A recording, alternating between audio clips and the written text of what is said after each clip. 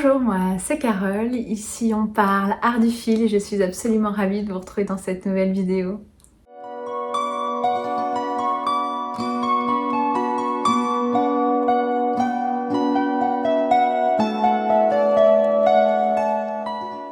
Donc dans cette partie de vidéo, je vais vous présenter mes projets tricot ainsi que de la broderie.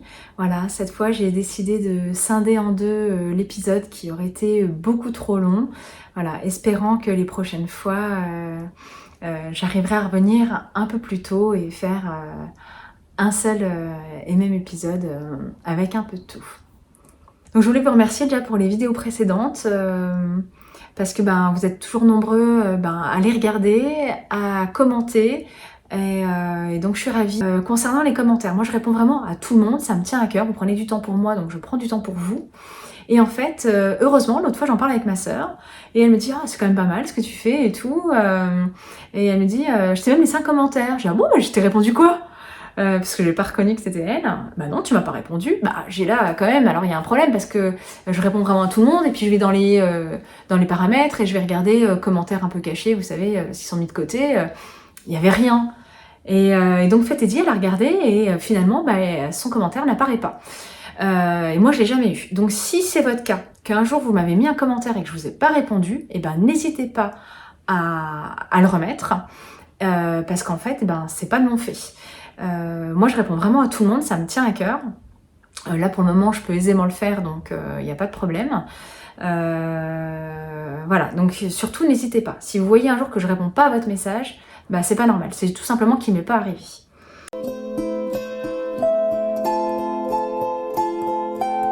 Je porte ma petite robe Petra que vous avez vue lors du précédent épisode.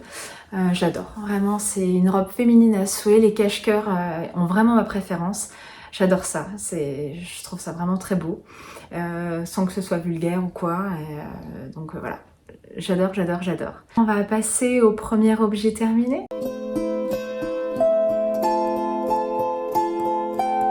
Alors je dis premier objet terminé, mais en fait il n'y en a qu'un. C'est le gilet Silverleaf de Long avec Anna. Incroyable, il est enfin terminé. Voilà, donc je vous le remontre parce que je l'ai montré sur Instagram. Je vous le répète, mais si vous avez envie de suivre mes avancées, tout ça, c'est sur Instagram que ça se passe, sous le même pseudo qu'ici, les arts du fil de Carole. Voilà, je poste les objets terminés, mais en story régulièrement, vous avez les avancées de mes projets. Voilà, donc voilà, si ça vous dit, vous pouvez me rejoindre avec grand plaisir voilà, sur Insta. Donc ce gilet absolument magnifique, tout en délicatesse, franchement, regardez-moi cette dentelle absolument splendide. Voilà, donc il m'aura donné du petit fil à retordre, je vous avais expliqué. De nouveau, je refais pas la genèse, si vous voulez vraiment tout, vous pouvez retrouver ça dans mon premier épisode, où finalement j'avais tout détricoté, je vous avais expliqué pourquoi, combien de fois j'avais testé, tout ça, tout ça, tout ça. Voilà, là on va en venir au vif du sujet et voilà ce qu'il en est réellement de ce gilet-là. Le fil utilisé, déjà, je vous l'ai déjà montré, c'est la Cashmere Az de Rowan. Cette Cashmere Az, elle est vraiment somptueuse. C'est 40% alpaga, 30% cachemire, 30% soie. C'est doux à souhait, c'est chaud. Vraiment c'est fabuleux. Je vous avais montré, c'est un peu plus large qu'un fil lace classique. Voilà.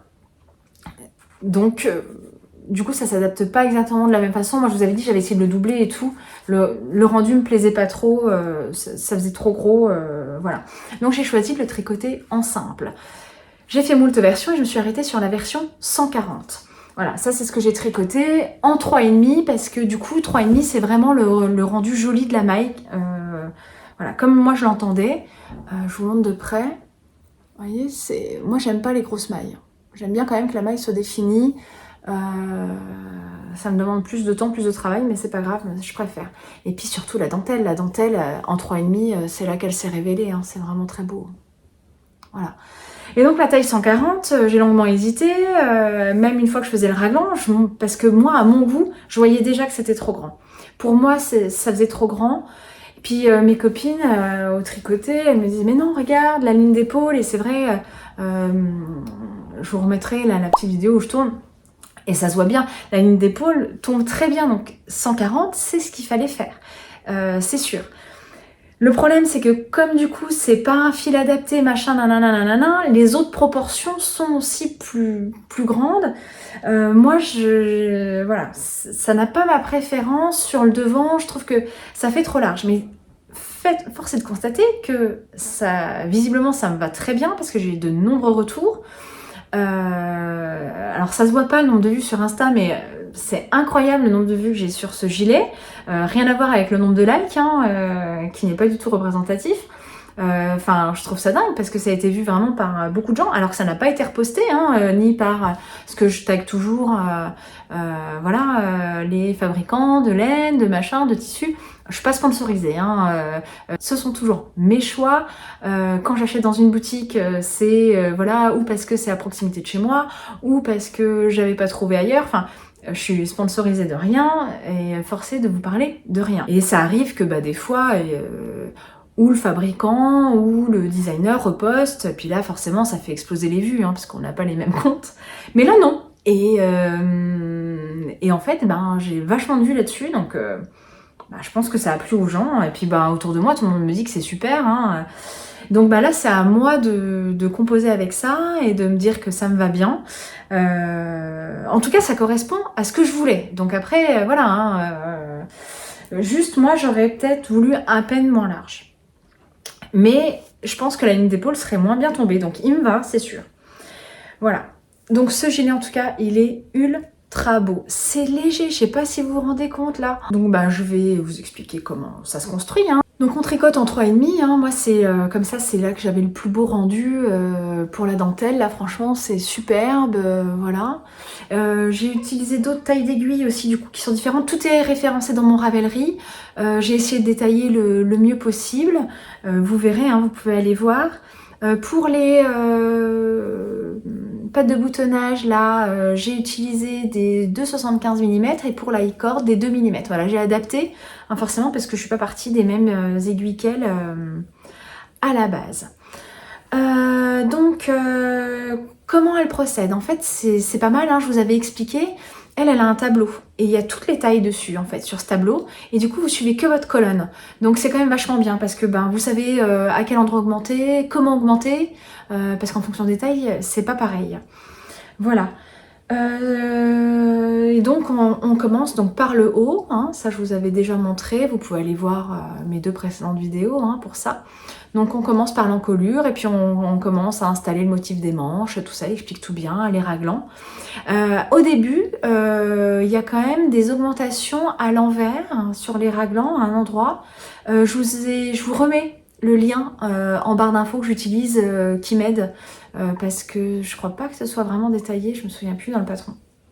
Voilà, en tout cas, je vous mets la petite vidéo, c'est un ou 2 endroits, hein, vraiment c'est rien du tout. Donc voilà, une fois qu'on a fait, à un moment donné on arrête l'encolure, les augmentations d'encolure avant d'arriver avant la fin du raglan, donc ça c'est bien expliqué pour chaque taille. Voilà, et ensuite on met les manches en attente et on confait le corps. Moi pour éviter de gâcher de la laine, je déteste ça, et je voulais pas de raccord dans ma dentelle, surtout parce que comme mon fil je vous ai dit il est finalement un peu épais, je voulais pas du tout que ça se voit. Donc en fait à chaque fois je suis repartie d'une pelote neuve. Et j'ai fait tout, voilà. Je me suis arrêtée comme elle dit, hein, c'est vrai, il faut le faire, hein, parce que même moi là, finalement, ça tombe presque un peu trop. C'est pas grave, hein, je vais pas refaire, hein, ça. Mais voilà. Et donc à chaque fois, donc, je reprenais du coup mon fin de pelote de manche, et puis hop, je refinissais un petit bout du corps. Et puis j'ai fait la même chose pour l'autre, voilà. Et puis... et au final, j'ai eu besoin seulement de 5 grammes de ma 5e pelote. J'ai utilisé seulement 105 grammes pour ce petit gilet. Franchement, ça vaut le coup, hein. Surtout que moi, je vous avais dit, je l'avais eu en promo. Donc là, ça fait un petit gilet pas cher. Il m'en reste du coup presque 3 pelotes. J'avais pris vraiment trop large. En fait, j'avais préféré me caler sur la quantité quand même de fil de la taille 140. Et en fait, non, il faut quand même se caler sur la taille qu'on veut faire. Mais comme c'est la première fois que je faisais ça, ben, j'ai eu un doute, donc j'ai préféré faire comme ça. Et ma mercière, Mouton Dentelle et Création, Annie, elle m'a dit que je pouvais faire une petite Sophie Scarf. Alors j'en ai encore jamais fait. J'ai le patron, donc ben, je vais me lancer là-dedans. Effectivement, ça ira très bien pour une petite Sophie Scarf. J'associerai un petit fil d'alpaga en lace aussi. Et finalement, ça me fera une écharpe neutre et ça sera très bien. Donc voilà. Pas de difficulté hein, pour le modèle. Là, la seule difficulté, et encore ça n'en est pas vraiment une, c'est que c'est pas très nomade. Tant que les augmentations sont pas finies, bah, du fait du tableau. Hein, ça, je vous avais expliqué à l'épisode précédent. Parce que bah, du coup, vous devez avoir votre nez dessus. Je vous dis, les augmentations, c'est pas toujours les mêmes, c'est pas au même rythme, c'est pas tout ça. Bon, voilà. Mais ça se fait bien. Voilà, donc il n'y a pas de difficulté. Donc une fois qu'on a fait ça, le corps, tout ça, on relève les mailles et on monte les pattes de boutonnage. Donc en fait, on relève sur l'endroit. Voilà, un nombre impair. Hein. Donc après, elle dit pas combien, elle donne le ratio certainement, je me souviens plus. En tout cas, un nombre impair. Il y a un côté où j'ai relevé 109, un autre où j'ai relevé 111. C'est très bien, hein. C'est impossible que ça se voit. Hein. Donc voilà. Moi, juste ce que je rajouterais, parce qu'après, on reprend à l'envers tout de suite. Et pour les débutants, bah, ça peut ne pas être clair. Parce qu'elle dit tricoter en côté 1-1, endroit envers. Sauf qu'en fait, là, on reprend sur l'envers. Donc, en fait, ce qui fait joli, le nombre impair est dû à ça, c'est qu'on commence, du coup, et en haut et en bas, on a une lignée de mailles endroit. C'est ça qui est joli. Et du coup, je préciserai ça, moi. Je pense que sur le patron, ça pourrait être bien de le rajouter, que du coup, comme on reprend sur l'envers, vraiment le tricotage après le relevage, et ben, il faut faire la première maille à l'envers. Voilà. C'est un petit détail, hein, voilà. Le relevage des mailles, donc une fois qu'on a fait les deux côtés, il y en a un où on a les petites, elle nous dit bien pour faire les petites boutonnières et tout, ça, respecter, c'est super. C'est très bien expliqué. Et ensuite, on relève les mailles pour l'encolure, le petit taille-cord. Voilà. Et là, bah, c'est pas si facile. En fait, elle dit de prendre une maille, de relever chaque maille. Sauf qu'en fait, toute la partie là où il y a les augmentations, là, et ben là, c'est pas facile. Vous avez beau suivre votre colonne, la colonne, c'est comme si elle faisait ça. Alors là, c'est incompréhensible de voir où du coup il faut piquer. J'avais essayé comme ça et tout, et puis non, et puis enfin, je pense qu'en fait, je relève pas souvent des mailles en fait, parce que là, vraiment dans l'angle, bah, c'était pas facile. Quand on est sur du droit, bah, facile, que c'est à peu près courbé, facile, mais là vraiment, il y a une vraie courbure, bah non, c'était pas facile. Donc ben, le tableau m'a re-aidé. Je suis allée à la ligne, du coup là c'est vraiment bien, il y a une ligne fin d'encolure. Et du coup je suis allée là et j'ai regardé le nombre de mailles que j'avais à ce moment-là. Et du coup j'ai relevé exactement le nombre de mailles qu'elle disait. Voilà, j'ai fait ça. Parce que du coup vous avez un nombre de mailles défini pour l'épaule, un nombre de mailles défini pour le dos, tout ça. Et donc en fait, eh ben, c'est comme ça que j'ai fait. Et donc c'était très facile. Donc ça je vous donne l'astuce parce que ben, vous perdrez peut-être un peu moins de temps si vous le faites comme ça aussi. Voilà, et puis bah, pour parfaire ce joli gilet, il fallait des jolis boutons. Donc bah, là, hein, je vais toujours à Quimper, Mouton Dentelle et Création, et elle a tout de suite mis le doigt sur des boutons super. On a quand même pris le temps après de regarder, mais non, ceux-là étaient vraiment bien. Voilà, je vous approche. Voilà, c'est un petit... ça fait un peu rococo comme ça, j'adore. C'est couleur bronze. C'est très élégant, c'est très léger, c'est un plastique très léger et ça fait pourtant bien effet métallique. Hein. Vraiment, quand on l'a comme ça devant, ça fait bien métallique. Et donc, ben, ouais, ça va super bien. Puis ça fait un petit contraste qui est joli, mieux que du beige. Ouais. Et ça va très bien avec le style du gilet, qui est vraiment très élégant. Et puis la matière employée, ça se voit que c'est une jolie matière. Voilà, alpaga, cachemire, soie, bah là, ça se voit. Hein. Vraiment, c'est un gilet ultra qualitatif. Donc, je suis ultra contente de le porter. De l'avoir, c'est une douceur absolue. Moi, pour être bien dedans, je pense qu'il aurait fallu que je fasse la taille 130, mais parce que c'est moi qui ai l'habitude de me voir dans des vêtements, bah voilà, un peu comme ça, un peu serrés, tout ça.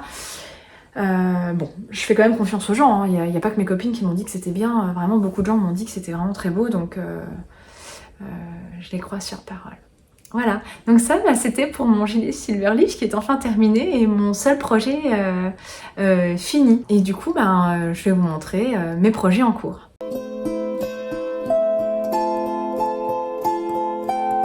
Donc mon premier projet en cours, en fait, il s'agit d'un très joli pull qui me fait envie depuis vraiment longtemps. C'est le Tea of Even de Johanna Hang. Voilà, qui est vraiment de toute beauté. Je vous mets la photo là d'illustration parce que moi il n'est pas assez avancé pour que vous vous rendiez compte. Mais je vous montre où j'en suis. Voilà, donc là il est un peu bloqué depuis, je sais pas, 10 jours. Hein. Je vous explique. Voilà, c'est vraiment beau. Hein. Donc il y a le détail là, ça c'est les manches. Ce sont les manches. Et puis il y a le côté, vous voyez là, tout dufteux là. C'est un mélange donc alpaga de Cascade Yarn. Voilà.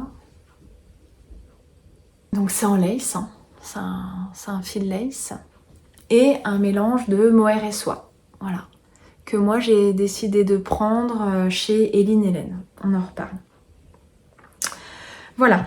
Donc ce petit haut là, ce petit pull, franchement qui va être super. Moi je l'avais vraiment imaginé sur ma petite jupe novembre en velours milliré bleu marine. Ça va être vraiment beau.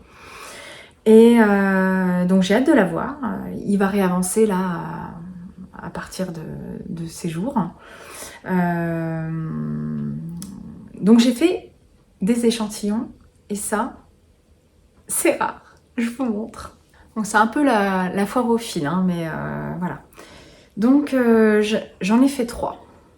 Je vous avais dit, je ne fais pas d'échantillons. Pourquoi? Parce que quand j'en fais un, après je commence mon projet et en fait, je retombe pas sur le petit échantillon.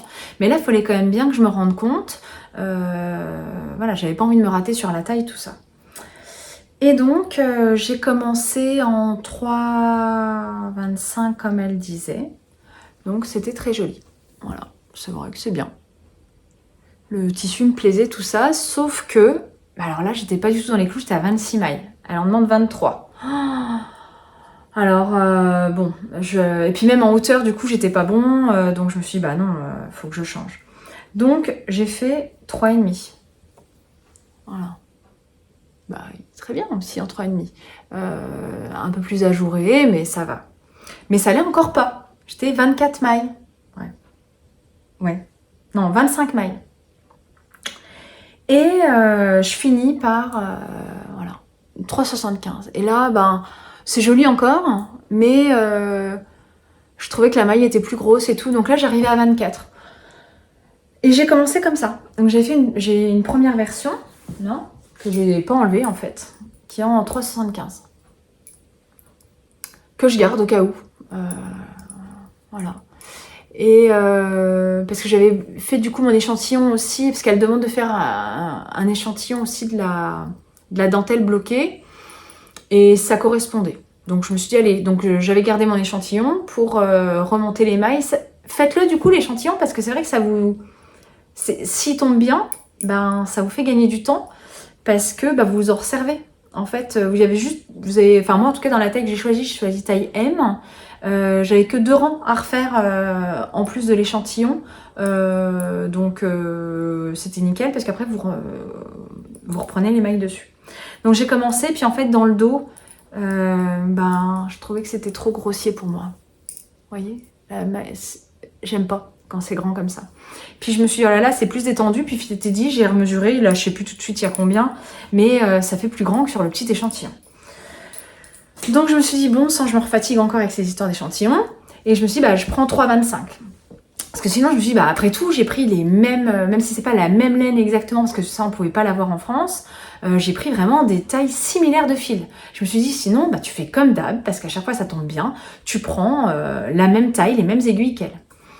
Et puis quand même, j'ai regardé les projets Ravelry, et là, il y a quasiment personne qui a pu prendre du 3,25, personne rentre dans l'échantillon.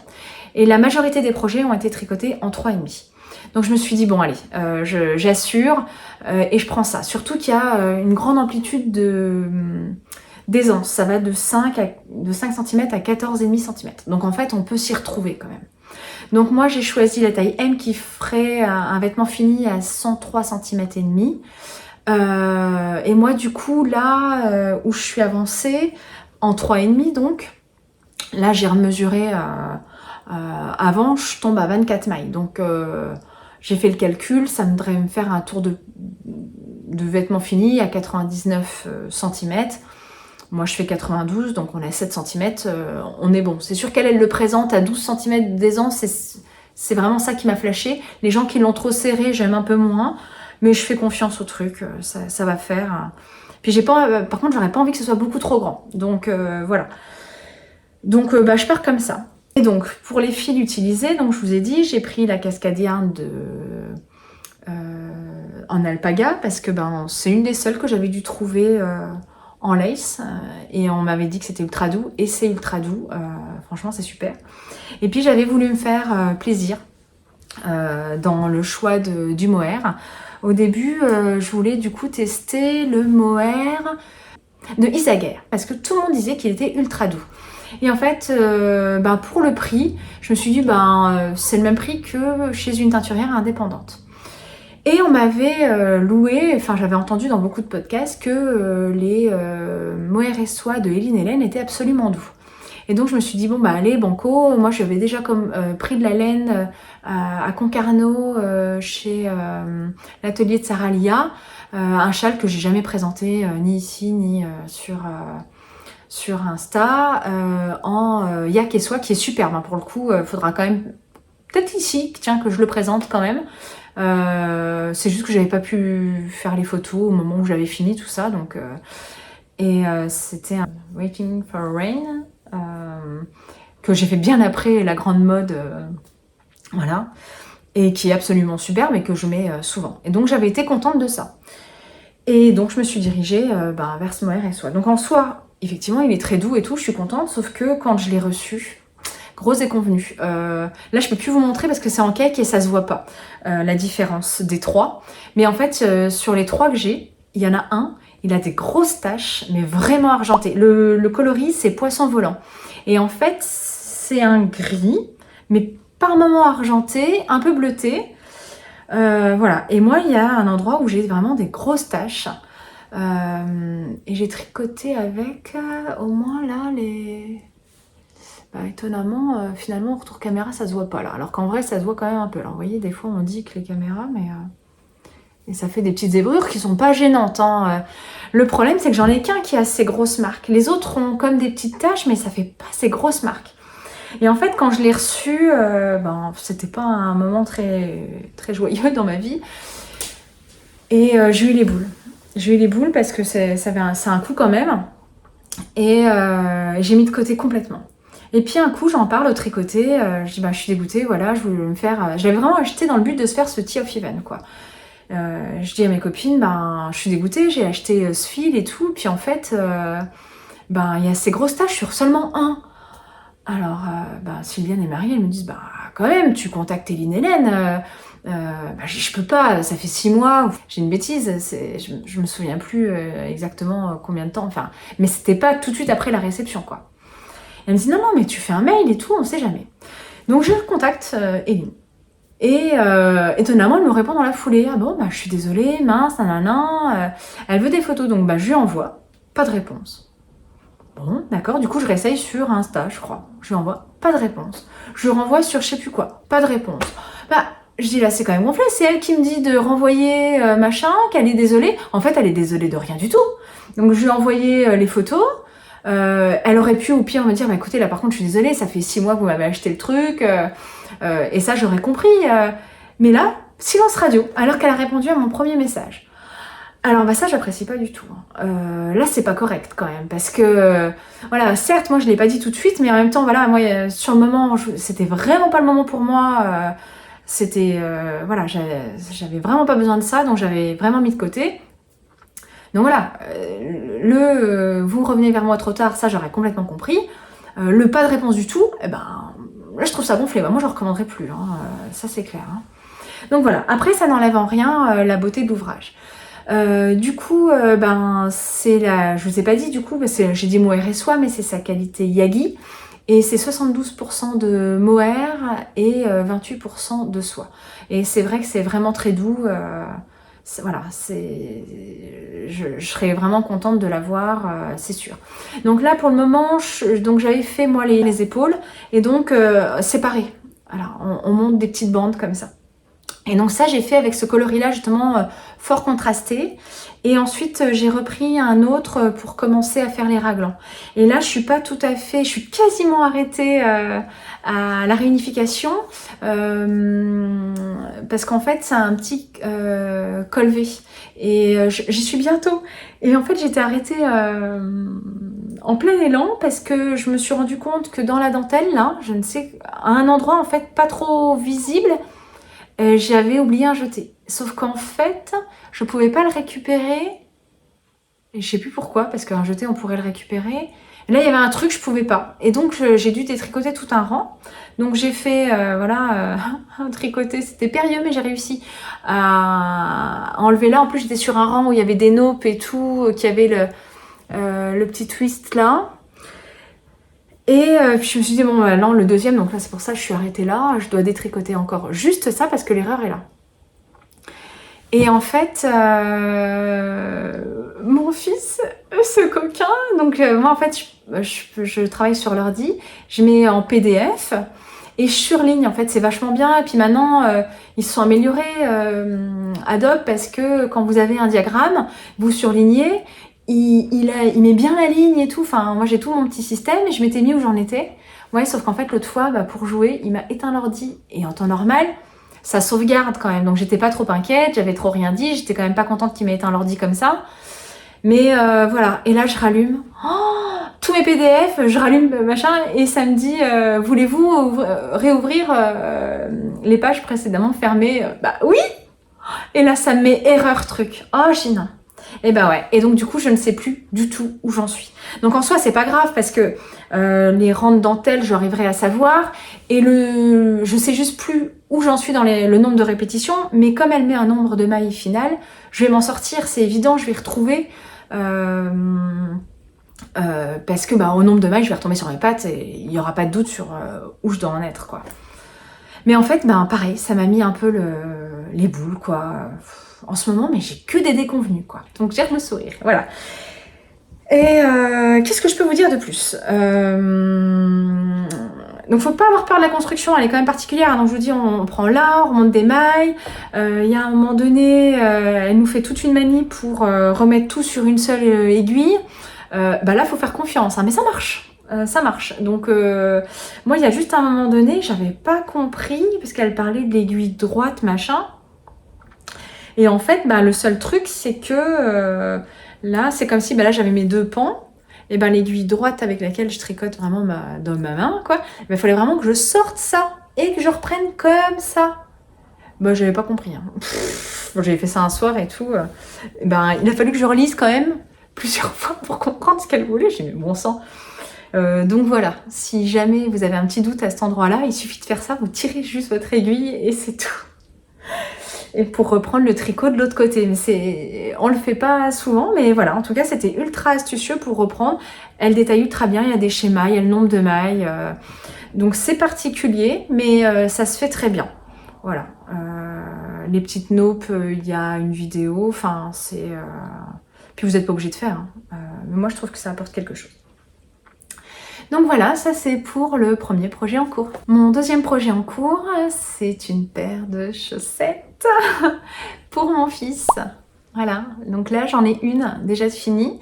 Donc là ce sont des chaussettes vanille. Hein. Donc ce qu'on appelle chaussettes vanille, c'est des chaussettes en jersey tout court. Voilà, il n'y a vraiment aucune fioriture.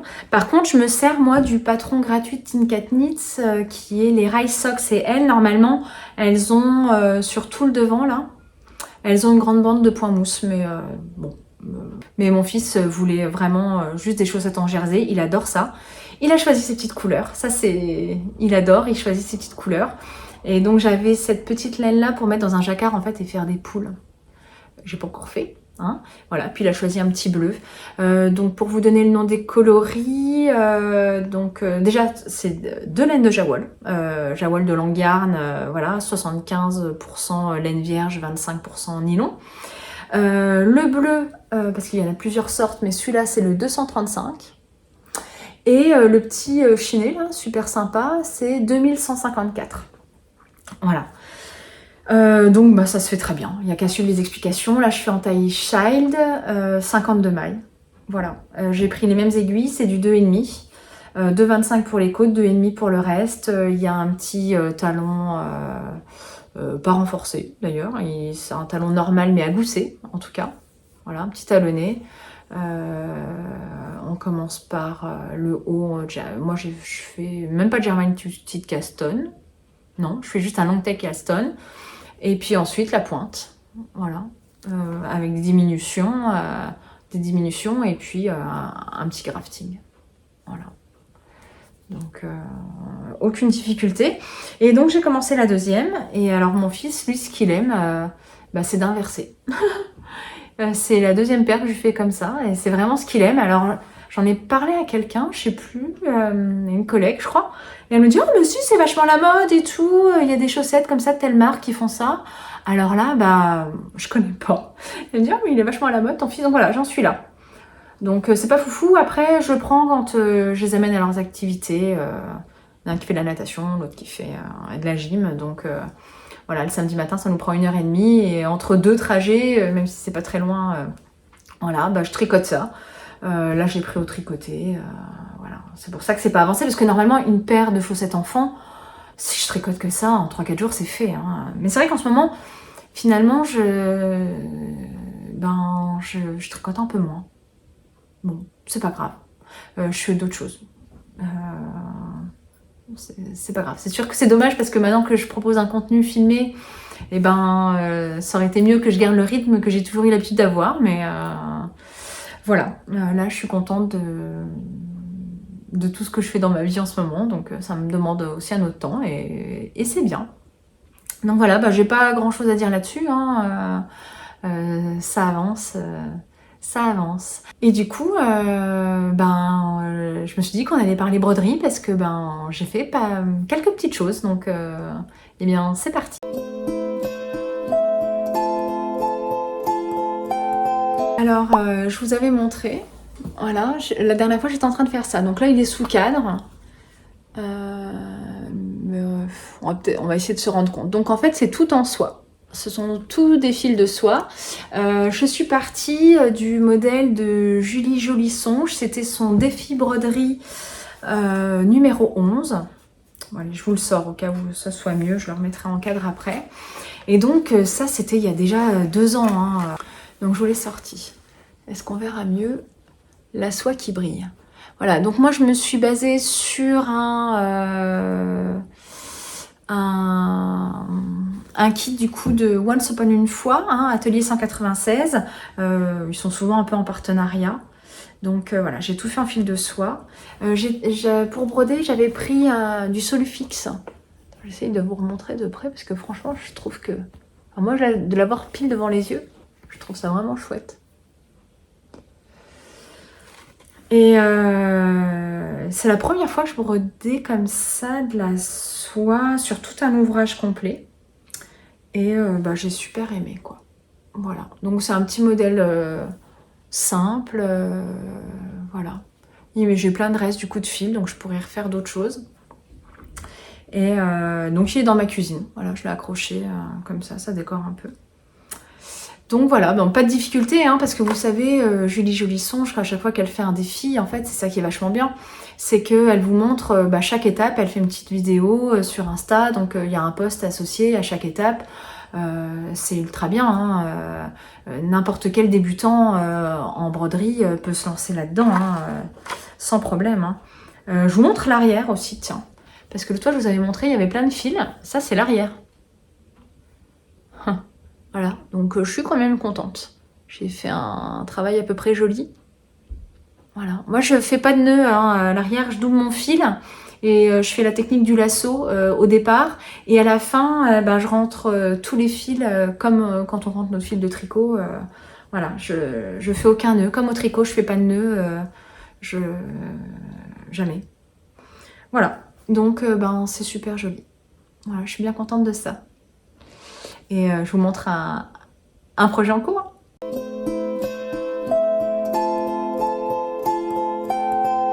Et donc mon premier projet en cours, parce qu'il y en a deux, c'est pareil, c'est un projet que j'ai déterré vraiment de très loin. Et donc en fait c'est ce petit kit là, de Once Upon une fois justement. Et donc atelier 196. Voilà, je les aime beaucoup, je les ai découverts grâce à Atelier by Martine et voilà, je trouve que c'est vraiment qualitatif, voilà, c'est un bon rapport qualité-prix. Et donc je suis en train de faire ça. Donc il y en a un qui est fini, fini mais pas lavé, hein, parce que j'aimerais laver les trois en même temps. Donc j'ai commencé par celui-là, voilà. Et donc là, c'est un mélange de fil métallisé, là vous voyez il brille, et de fil de soie. Fil de soie d'Alger, voilà. Donc là, c'est super. Et donc bah, celui-là est fini. Donc là, j'aurais plus qu'à le laver après coup. Et donc là, je suis sur le deuxième. Donc là, il n'y a pas de fil métallisé, c'est seulement le fil de soie. Donc j'ai bien avancé, voilà, mais j'ai pas fini. Je vais reprendre ça. Et il me restera le troisième. Et donc le troisième, c'est ce motif-là. Voilà. Et en fait, j'ai passé beaucoup de temps à faire le premier. Parce que bah, justement, j'avais tout décalqué en noir comme ça. C'était une bonne idée, hein, c'est un stylo friction. Sauf qu'en fait, et ben, après, là, c'est du blanc, le Solufix. Mais ensuite, bah, on le colle là-dessus. Et en fait, bah, et ben, noir sur noir, et ben, les traits, on a vraiment du mal à les voir. Et donc, du coup, pour la deuxième, là, je vous remontre, vous voyez, j'ai repassé en bleu. Et du coup, là, on voit. Mais vraiment, quand il n'y a que le noir, on ne voit pas. Donc, mauvaise idée. Là, bah, c'est un test. Je me doutais pas. Donc, la prochaine fois, je ferai attention d'avoir un contraste quand même sur mon Solufix. Ça suffit pas que ce soit blanc. En fait, parce que du coup, ça se fond quand même un petit peu. Et en noir, on avait du mal à voir. Donc, voilà. Donc là, il faut que je... Et donc, le troisième, là, celui-là, eh ben, il faut que je le repasse en bleu. Bon, il faut déjà que je finisse l'autre. Hein. Donc bah c'est super joli. Donc voilà, j'en suis là. Donc là, c'est vraiment broderie traditionnelle. Et là, c'est pour décorer. Peut-être je mettrai un peu plus en dessous, là, qu'on voit. Noir et doré, c'est vraiment joli. Hein. Ça se marie à merveille. J'ai hâte de les voir là. Peut-être la prochaine fois, on verra. Et donc, le deuxième projet en cours, c'est de la broderie classique. Donc, je vous avais dit que des fois, je vous montrerai ça. Et alors jusqu'à là, la broderie glasique, ben, je m'étais initiée toute seule. Enfin, il y avait j'étais allée une fois à un atelier où des dames m'avaient montré et tout. Et donc, c'est grâce à elle que j'avais pu démarrer.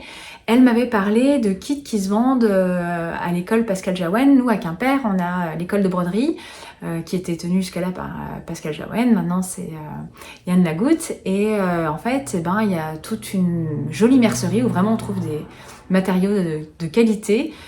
Et donc, ils vendent des kits de broderie classique. Et donc, je m'en étais procuré un. Et avec elle, j'avais commencé à le faire. Donc, il n'est pas fini. Voilà, je le montrerai plus tard, celui-là.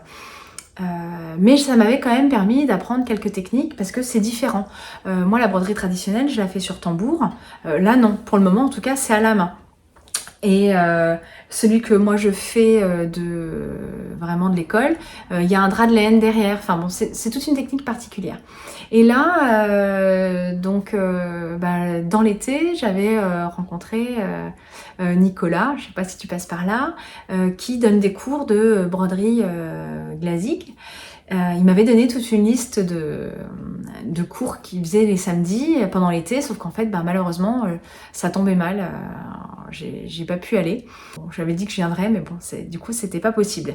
Et puis là, je suis allée au forum des associations, j'avais vraiment besoin de m'inscrire à un cours de danse bretonne. Et il y avait une dame qui présentait la broderie classique et en cours, du coup, sur l'année. Et bon, du coup, forcément, un tarif un peu plus abordable parce que c'est une association, tout ça. Et du coup, ben, je me suis inscrite pour un trimestre parce que Vous pouvez faire ou à l'année ou en trimestre. Sauf qu'en fait, je pouvais pas y aller une semaine sur deux. Je suis obligée d'aller avec les enfants et c'est 2 heures et ils sont pas non plus ultra coopératifs tout le temps, quoi. Donc ma fille, elle adore broder, donc elle s'est lancée dans un projet en même temps que moi. Elle s'est pris son petit tissu de lin, elle a pris ses petites couleurs et elle s'est dessiné son propre motif. Elle a commencé à se lancer, on lui dit rien, elle fait toute seule. Franchement, voilà, c'est super. Je suis contente de réussir à leur donner envie de créer par eux-mêmes. Mon fils, lui, ce qu'il aimerait, c'est souvent tricoter. Et quand je lui dis, mais viens, je t'apprends, oh, non, non, non, non, mais ça viendra, j'en suis sûre, ça viendra. Voilà. Et donc, on a un projet. On avait le choix entre deux, et c'est les enfants qui ont choisi ce projet-là. Faut dire que celui-là, elle l'avait réalisé, on l'a vu en vrai, et c'est beau. Hein. Donc, je vous montre le début. C'est voilà, c'est broderie glazik. Donc voilà. Vous voyez là, on voit bien les sapins parce que j'ai commencé à faire, mais il y a aussi des Pères Noël. C'est genre mandala, quoi. Voilà. Et donc, ça se fait à la main comme ça. Il n'y a pas de tambour, voilà. Et donc, on commence par faire des chaînettes. Alors, j'essaye de trouver les plus belles. C'est sur celui-là, les plus belles. Voilà. Et donc, c'est ultra petit, quoi. Chaque petit maillon de chaînette, c'est un tout petit peu moins de 2 mm. À l'arrière, ouais, on voit pas trop du coup, parce que du coup, j'ai rentré mes fils. Mais ouais, non, on n'arrivera pas à voir bien. Mais c'est vraiment des tout petits traits. Donc ça, c'était en double. Donc finalement, c'est pas mal. Les guirlandes, là, et ben, c'est en simple. C'est pas facile d'avoir un joli rendu. Hein. On sent que j'ai du travail à faire hein, en broderie glazik. Hein, voilà. Et donc là, au cours précédent, on a commencé à remplir. Donc là, j'ai commencé un. Voilà. Et donc là, on fait un point qui s'appelle le galon de Plougastel. Voilà, c'est dans le Finistère. Et donc, je suis bien contente, j'ai bien compris le truc. Voilà, j'essaye de vous remontrer bien. Donc là, il y a un petit jeu comme une petite échelle. Et sauf qu'en fait, donc là, je vais finir tout ce sapin comme ça. Mais en vrai, normalement, il n'y a pas les espaces. Je sais pas si vous aurez réussi à voir, mais il y a des petits espaces, on voit un peu le lin. Et donc là, maintenant, il faut que j'arrive à faire la même chose sans qu'on voit. Donc je me suis dit que je devais lui donner peut-être un style, sinon à chaque sapin. Et ça me permettra de m'entraîner et de pas perdre trop de temps parce que voilà, du temps, c'est vrai que j'en ai pas trop quoi. Hein. Donc ça, la broderie, là, mine de rien, ça m'a demandé pas mal de temps. Et donc c'est aussi pour ça que le pull, si j'avais pas fait la broderie, j'aurais pu avancer le pull et voilà, j'aurais pu vous montrer vraiment au moins la réunification. Mais c'est pas grave, hein, c'est pas un concours de vitesse. Et puis s'il faut que je vienne tous les 2 mois vous présenter des trucs, je suis pas frustrée de ça. Voilà, et ça c'était pour mes petites avancées broderie et tricot. Voilà, il y a aussi un petit projet crochet en cours que j'ai avec ma fille. Et en fait, on l'a pas terminé, donc là je me suis dit que c'était peut-être pas nécessaire que je vous montre ça. Je vous montrerai quand il sera fini, mais c'est pas mal aussi ce qu'elle a fait. Là, elle a du mal, là sur le dernier rang, elle sera tout le temps sur le nombre de mailles. Donc j'essaie quand même qu'elle fasse en sorte que ce soit bien. Mais vous verrez, c'est un petit projet rigolo et donc c'est super sympa, on peut écouler les petits restes de laine. Voilà. Et bien en tout cas, merci d'avoir regardé cette vidéo jusqu'ici. Je suis ravie d'être venue vous voir, partager avec vous parce que j'adore vos retours. Donc en tout cas, merci pour ça, merci d'avoir regardé cette vidéo. J'espère que ça vous aura plu et je vous dis à très bientôt.